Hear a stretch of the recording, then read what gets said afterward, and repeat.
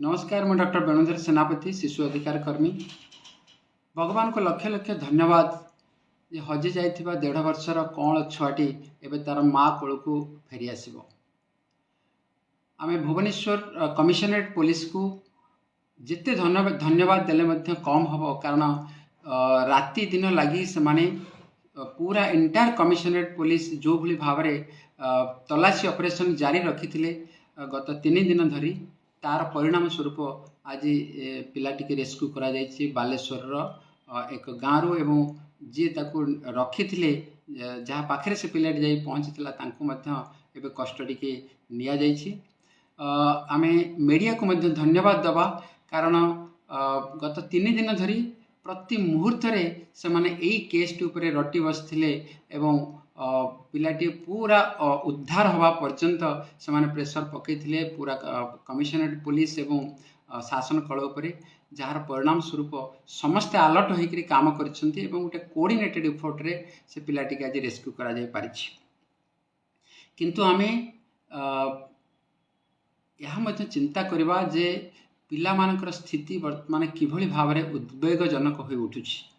हजार हजार शिशु निखोज होउछंती एवं बहुत कम शिशु को ट्रेस आउट करा जाय पारुथिला बेले बहुत शिशु एपर्यंत मध्य निखोज अछंती।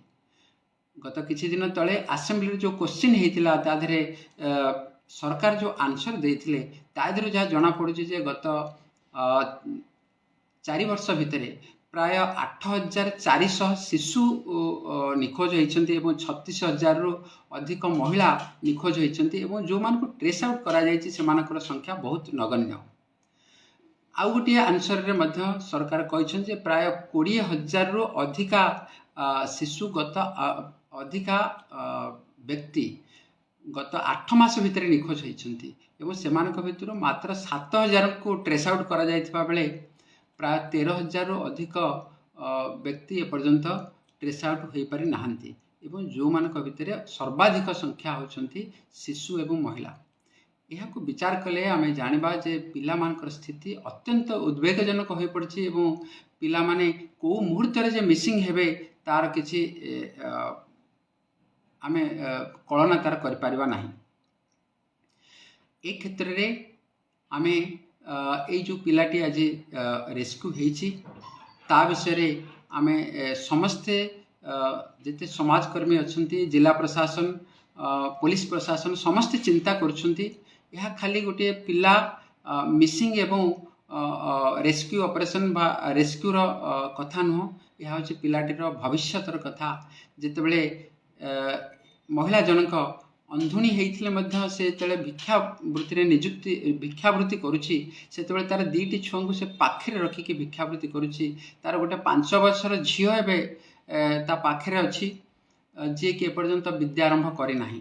सो यह द्वारा कौन होछि ना हमर पिला मानकर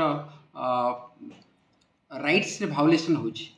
द्वितीयतः बहु संख्यार पिला माने विभिन्न छक जगह मानक विभिन्न प्रकार विभिन्न सहर रे विभिन्न छकरे भिक्षावृत्ति नियुक्ति होउछंती एवं केतेबेले से गाड़ी सामना को पळे आछंती तो केतेबेले छुआ टिके काखेरे धरी गोटे माटी भिक्ष मागुची एवं ये भिक्षावृत्ति जो परिमाण रे बढ़ी बढ़ी चली ताहा आम राज्यर सम्मान को क्षुण्ण करुछि।